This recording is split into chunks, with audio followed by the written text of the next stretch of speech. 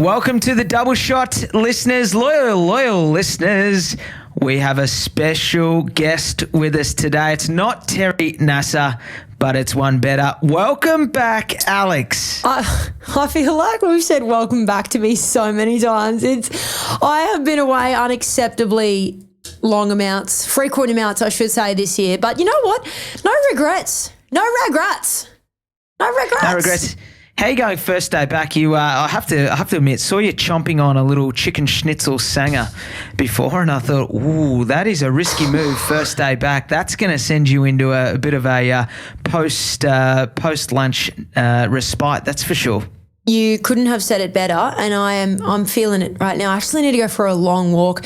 No, look, I love coming back to where I live. I think I live in the best city in the world, but I also love coming back to work. It's very satisfying. I can't explain it.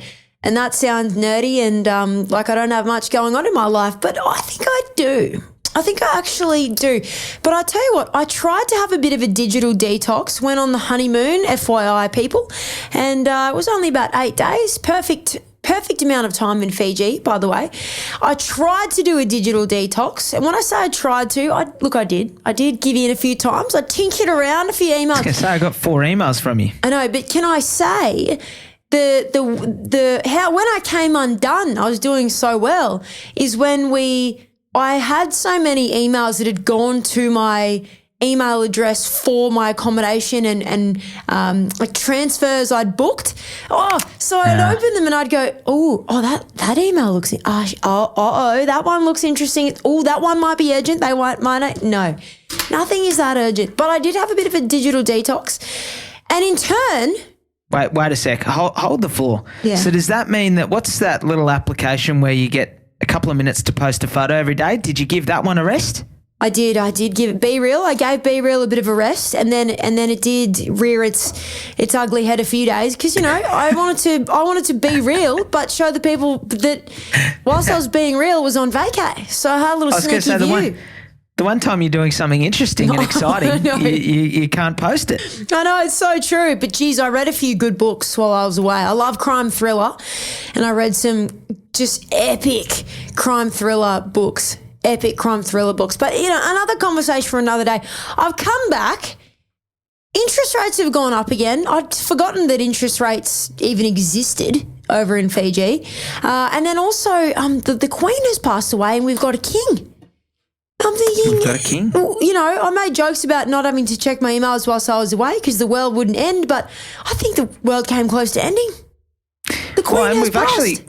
Britain have had a really hard week. They've got a new Prime Minister as well as a new monarch. I heard. But a lot to happen in 1 week. Correct me though, cuz the new PM met the Queen when he was brought in. Female Prime Minister. Sorry. Met the Queen. Hey, got I'm out of the officially loop. inducted. Officially inducted, and then a couple of days later, the Queen at 96 years old and the second longest serving monarch ever.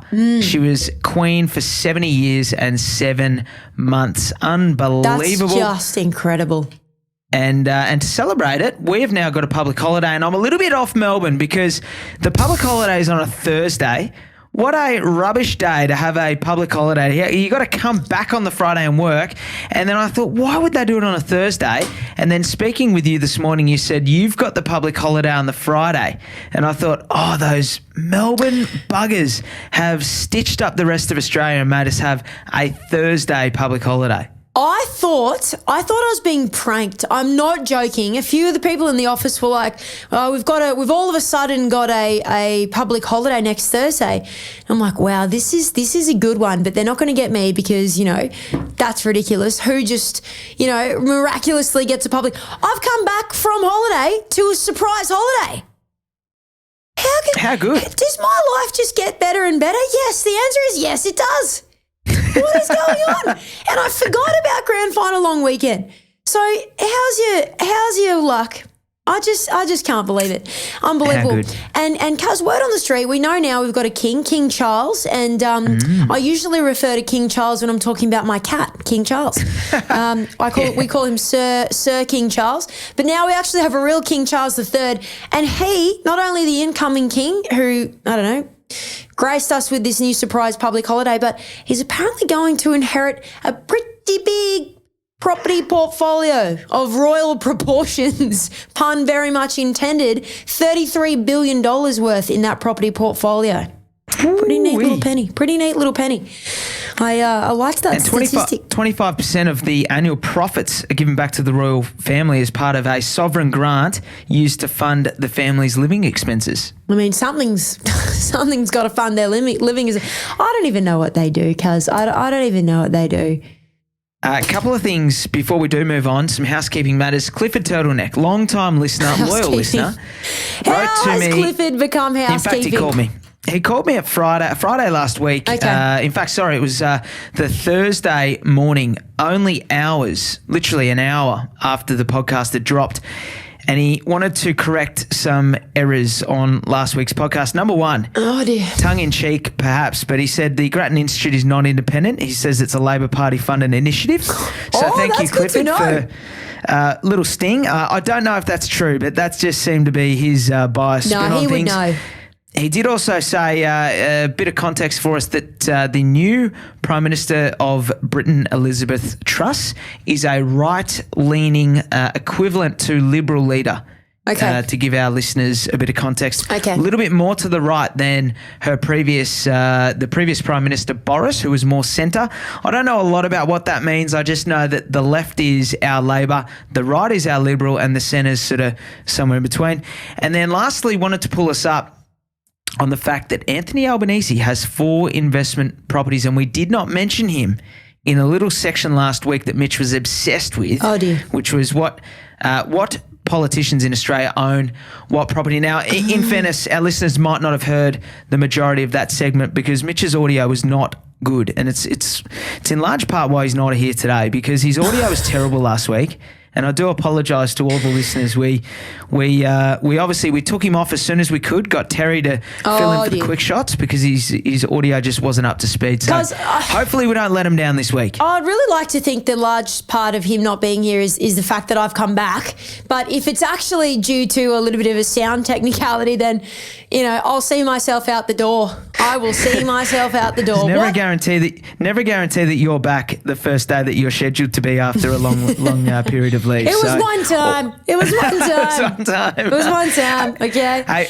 Hey, one last one. The AFL deal. We've alluded to it a little bit this year. Tell me and more. I referenced it last year that it seemed to be imminent. We were hearing the AFL signed a 9-year deal worth $643 billion per year with Channel 7, Foxtel and Telstra last week. It's the biggest sporting rights deal in history. Absolutely smashed their previous deal, which was about $500 million, $500 million a year. So well up on that, and just a massive sports rights deal. And Cuz, just give us a little bit of context, because I'm not across this deal. How does it fare as a benchmark next to your NRL, your cricket, your tennis, your other big dogs in Australia in terms of sporting? Okay, so it ranks number 1, $643 million a year. Ranks number 1. However, second is the NRL. They're only $400 million. So it's more than 50% per year more than what the NRL is getting from Channel 9. And the NRL get to broadcast through New Zealand as well. So they've got more people, technically. So you'd think it might be getting somewhere on. Well, the NRL might be chasing a bit of an uplift shortly. The cricket comes in at just under $200 million per annum. That's another one that's with Channel 7 at the moment. The tennis for Channel 9 is $60 million per annum, which would probably only cover like the Australian Open, because outside of that, you don't get a lot. I mean, and what's that, two or 3 weeks? 2 or 3 weeks. Jeez, they do broadcast Wimbledon and the US Open as well, and the French, but I don't think that they get to play them in prime time. And then rugby union sitting at the bottom of the pile of the notable ones, $33 million a year. That one's available on Stan, so it's a completely streamed service, and then Stan broadcast a bit of it through Channel 9. Amazing. And anything else to just catch me up on while we, is still in the intro, I suppose, before we get onto the media things in life? No, it's just good to have you back. Okay. All right. Okay. Awesome. Interest rates have gone up again. Alex, have you caught up on that yet? And what's the lowdown? I have caught up on it. In fact, it was one of the first things that I saw on one of the front pages of the paper as I glided through the airport on Friday night or whatever it was. Yes, we're up at 2.35%. That is the Reserve Bank of Australia. So that's our cash rate. Fifth consecutive rate rise. We already knew about that. That's okay. So we're at 2.35 now, right? The 10-year average, by the way, is 2.5%. So we're nearly at the 10-year average. Okay, so maybe it's not so scary after all. The 20-year average, cuz, is actually 4%. So we're still actually quite a long way off the 20-year average of 4%. Which zoom yourself out of everything and you go 4%. That's actually not too bad. It's not too bad. So we're getting back to a little bit of a normality. But I understand it means our rates increase and, we pay more interest and yada, yada, yada. It's okay. It's all good. And we're going to touch on that a little bit more. And for those listeners who don't follow every single podcast, we did mention probably a couple of months ago now that the average person would be paying about 2% above the Reserve Bank cash rate on their own home and about 2.5% on their investment loans above that rate. Correct. It's like if they're on a variable, right? And Correct. Then if they're fixed, you could be anywhere. Depends when you fix your loan. Key takeaways from the Reserve Bank of Australia and the statement by Philip Lowe, basically that they're going to keep an eye on things. It's all down to inflation. They've got to control inflation. They're still trying to, figure out what to do with this tight jobs market. And ensure that it means it's pushing up our wages, so we're actually getting paid more because costs are going up and obviously life just costs a little bit more. And they're keeping a close eye on it because, there's some pretty big headwinds in our economy. Not all negative, just things that we've got to, deal with as they come, as the challenges of the economy are. And then a few economists still holding tight that we might actually see rates go up and then taper back down a little bit again next year. So all relatively, I'm not coming back from Fiji shocked out of my boots. Let's put it that way. Back to normal seems to be the message. And I thought one thing you did really highlight was the jobs market, as you say. Always. And it was put really well in a separate little interview where it was discussed the fact that Australia has typically had 230,000 migrants per annum come into our country. For the past 2 years, if you add up our total migration, we've lost 8,000 people. So in other words, we are about 450,000 people short of what we would have had the borders not been shut for so long, which basically means we're missing 450,000 people in the workforce. And that's why today there is literally one job opening for every one unemployed person. Whereas previously, before the pandemic, there was about one job opening for 3 unemployed people. There was 3 more unemployed people than job openings. So what we're seeing is a crazy, crazy tight labour market. It's the reason why very hard to get through airports. And if you go to the fruit and veg aisle in the Coles and Woolies these days, it's a real lottery as to whether or not they're going to have enough capsicums and zucchinis for you.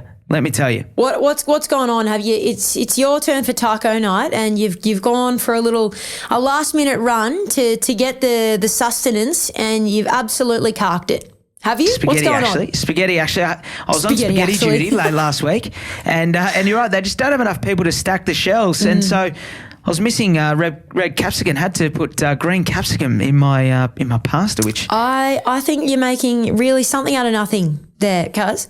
But also, I'm really proud of you for swerving to a little bit of a solution-operated mind, going for the green instead of the red. That's amazing. Correct. Okay, so... A bit of positive, though. Go to the positive. Yeah, What? sorry. No, I think you were going there. But the whole Reserve Bank rate increase isn't being passed on, fortunately. Well, I mean, this was interesting for me to learn because I think nearly all of my rates are on variable rates. So clearly I've just... just run the gauntlet. I'm not too worried. I don't love seeing the little letter I'm getting every week from, not every week, but every other month saying your rates have gone up. But in actual fact, cuz, banks I mean, we assume, okay, rates have gone up. The banks are going to just immediately pass it on. And yes, I think that they would love to, but it would seem that right this moment, 33% of all borrowers in Australia were smart enough to get fixed interest loans. And look, when I say smart enough, they could be fixed from, they could be up at 6.5%. They could have fixed those 5 years ago. And they might be waiting for them to come off so they can go to what we consider a high variable. So they're actually not making as much money as we all assume they would have been without knowing the facts. And that's because a lot of us are on fixed rates.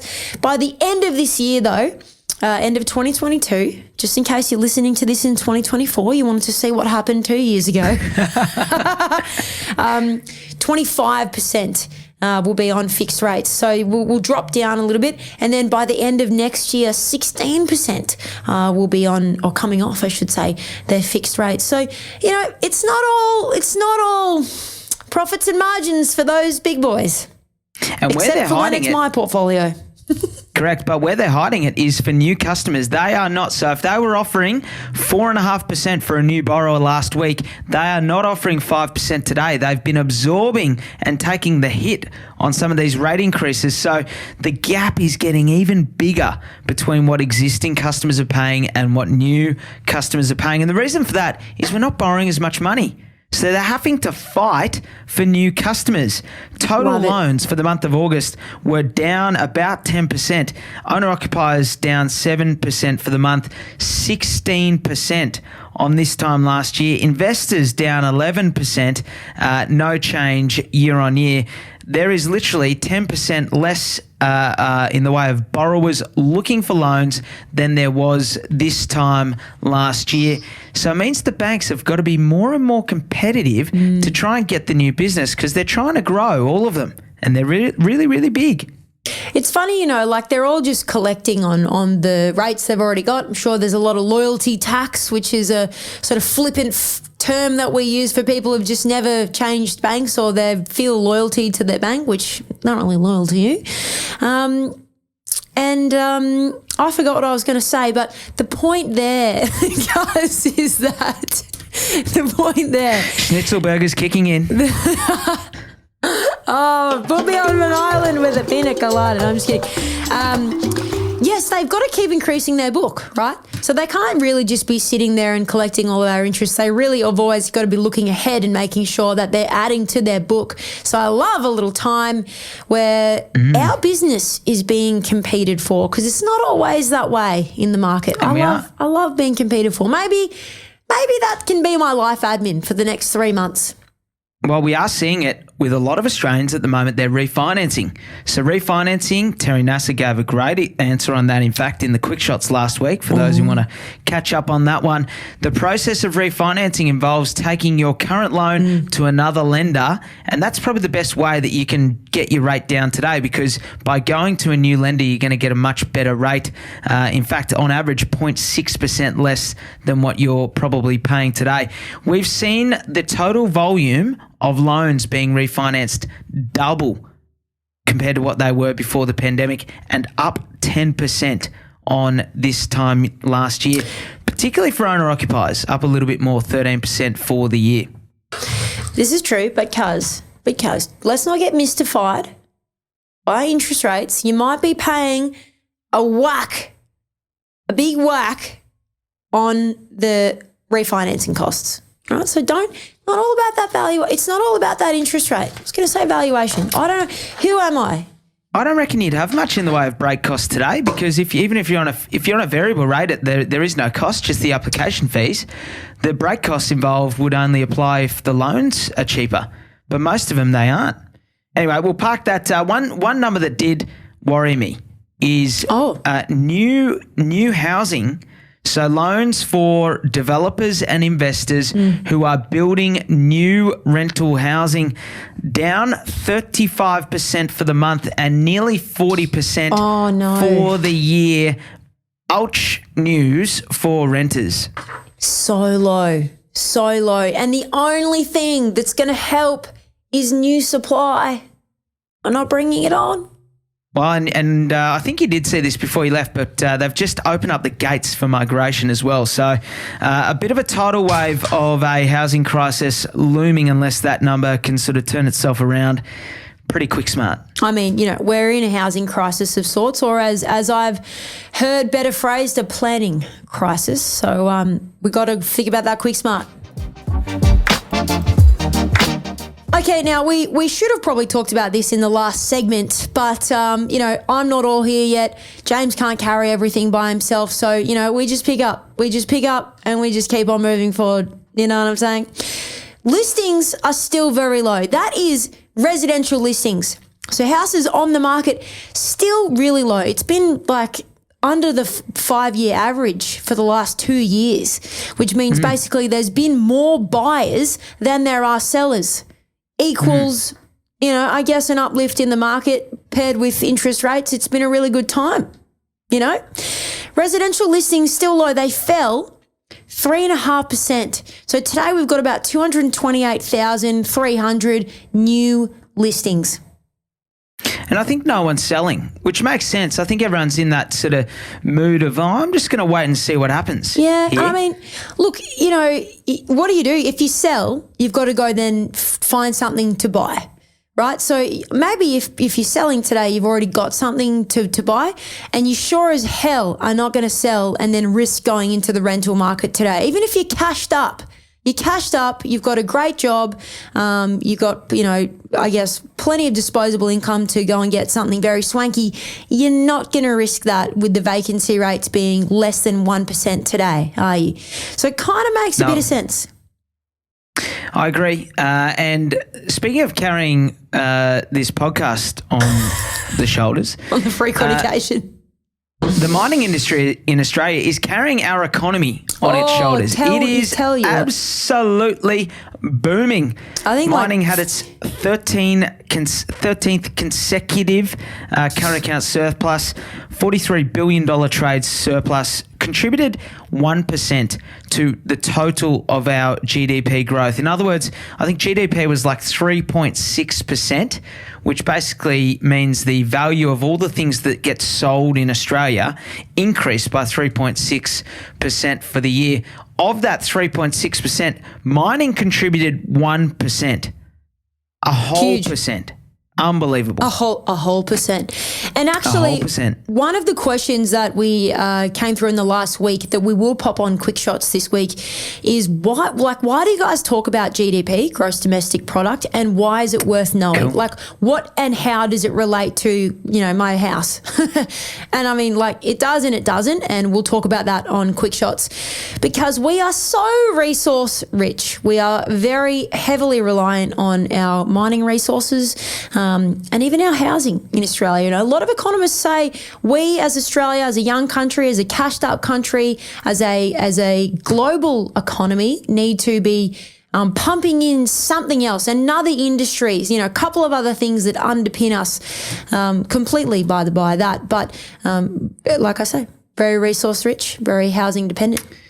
And just on that, GDP did come out 3.6%, driven by household consumption.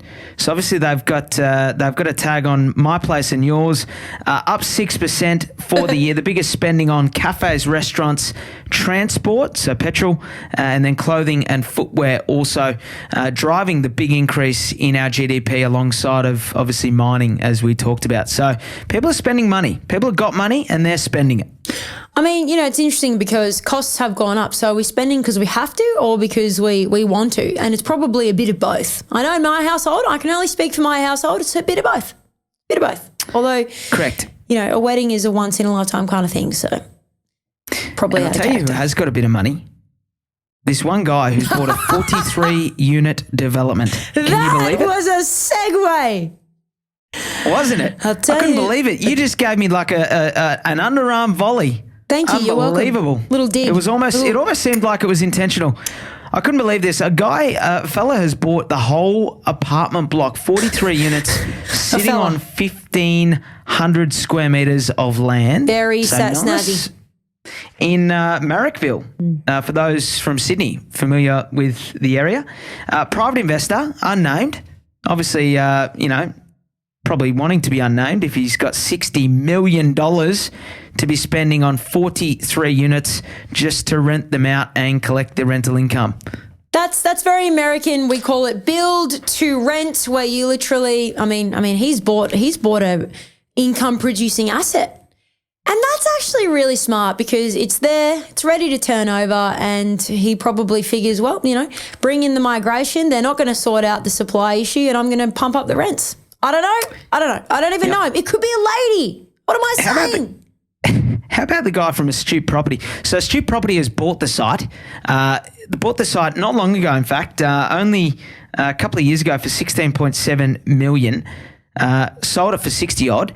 And it looks as though, so he said, we hadn't even sold any. We released the project for sale, and one of our first inquiries was from someone asking to buy the whole thing. I love it. Imagine him going home. Imagine that sales guy going home for dinner that night. Yeah. How was your day, honey? He's or like, girl, sales guy or girl. He's like, well, it seems that Ashton Kutcher has brought back up his contractor agreement with MTV Punk'd because something happened to me today, honey. Yeah. Now I'm gonna attempt a segue as good as yours, which is probably not possible after that one. But speaking of, I guess, making a lot of money in property and I guess making what seems to be a too good amount of money in property, the thing that is being talked about a lot amongst a lot of developers I talk to, a lot of even novice property or people that just sort of look at the property market, is all of this disability housing as an investment. Most of us know it as NDIS, which I believe National Disability Insurance Scheme. Yeah. Insurance, is that the word? No, I believe so, yeah. And and it was profiled in the Australian Financial Review over the weekend, and then picked up by another bunch of news outlets, and a lot of our listeners seemingly got a hold of it. So it's really a hot topic at the moment, and that is that there is a bunch of people out there who are promoting NDIS investment as a way to get a very, very strong rental return. In fact, one gentleman who was profiled apparently paid $570,000 for a block of land, built 9 units, and it's been valued at $7.5 million, giving him an annual rent return of 12%, which is huge. 12% is a massive rental return. It's a lot. But it's not as simple as it seems on the face, is it? No, I mean, look, I didn't read the article because was probably still coming back from an island, but it appears as though this gentleman has... Were you wondering why everyone was talking about it? Yeah, no, well, they were talking about it before I left, and I just... I'm really bad. I kind of shrug off this because it just feels too good to be true. I feel like, yes, if you can buy it, if you can build it, if you've got the cash and you're chasing that seriously positive gearing, and you've got the means to be able to build this type of product, you got to remember, to build a disability home is very costly exercise, and you need a specialist builder. So I'm guessing this guy here who's sitting on a cheeky 12% return, he has purpose built, and he must know somebody, and he might not, but he must have been in cahoots with someone who was able to deliver that project for him with all those specialty apartments in that building, because that's pretty unbelievable. If we talk about it in a more sort of simplistic context, let's just take because there's a lot of them that are just standard houses. You can buy a block of land and build what's they call a special disability accommodation house. Yes. You need wide hallways. You need in the bathroom, it has to be fit for a disabled person. So you need guardrails. You need a little bit of extra space. Basically, the house just has to be a lot bigger. Yes. So a 4-bedroom home that might be 180 to 200 square meters for a family. For NDIS has to be probably 240 to 250 square metres, and you need all the little bolt-ons and extras. On average, probably costs an extra 20% based on the numbers that I've looked at to build the house. Now, the upside to that is you get an incredible rental return. Yes. No doubt about it. You will get at least 8% rental return depending on what your land cost. It's backed by the government. So the government in a lot of these instances is either paying you directly or you're being paid through the person who's got government funding. So strong, secure rental income. The downside is that it does cost more and the banks and the valuers don't like it. So oftentimes they're only going to lend you probably 50 to 60% of the cost to build it. So you're not able to gear it as highly. And it's a bit of an unknown in terms of resale, isn't it? Because you don't know who's going to want to buy the home if you have to sell it. You're probably having to sell to another investor. That's exactly right. You can't sell it to just, anybody. And unfortunately, when the valuer goes out to assess it on your bank's behalf for lending purposes, they will include that in the risk, which is always the risk of resale. The bank's got to know, hey, if this guy can't make his payments or hell breaks loose, what can we sell it for if we sell it tomorrow as a fire sale? And unfortunately, when it's a fully purpose-built home, the valuation does get smashed based on this. The other thing as well, though, because no one really talks about it, and it bothers me a little bit, is the occupancy risk. Yes, because it's all government-backed, it would seem very low risk.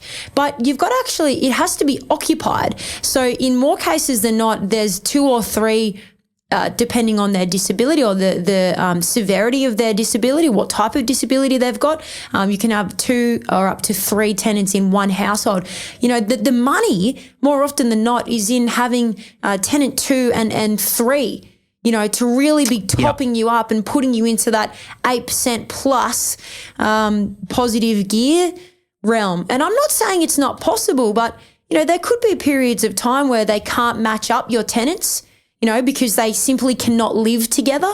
There's so many other things that we just don't talk about. Insurance costs, maintenance costs. What about the times in between? Governments are slow. What if you lose your third tenant, which is your moneymaker, or your second tenant, and there's a huge gap of time until you get your next Correct. one? And you get an equal I was going to say, you get an equal amount per one as well. It's not like you can sort of get more for just having one tenant. So if the house costs you $700,000, the first tenant pays $20,000, which is a terrible return on $700,000. Terrible. $40,000 if you get the second tenant, starting to look a little bit better. Much better. $60,000 if you get the third. So all of that money is in the third tenant, as you describe, and it is understandably challenging to get 3 people that have got needs to sort of be compatible.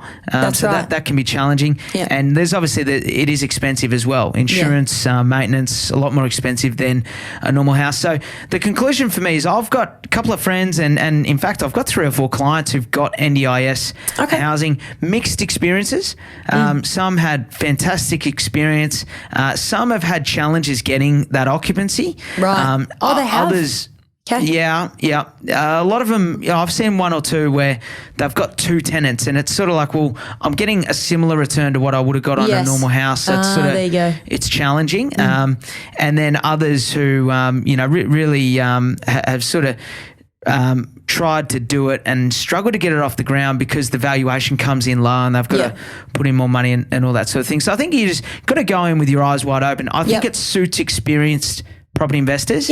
If you're sort of still getting started, I think it's probably a bit of a risk and there's better and safer ways to do it.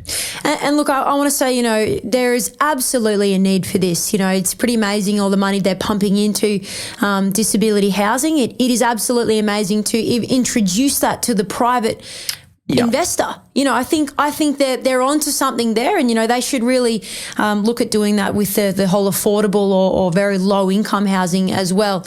But I agree with you. Go in eyes wide open. Be relatively cashed up, and be someone who is relatively comfortable with risk.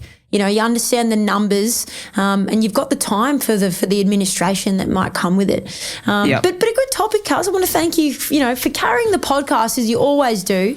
Whenever I carry it, I don't get any recognition, but that's just the life of being the janitor of the business.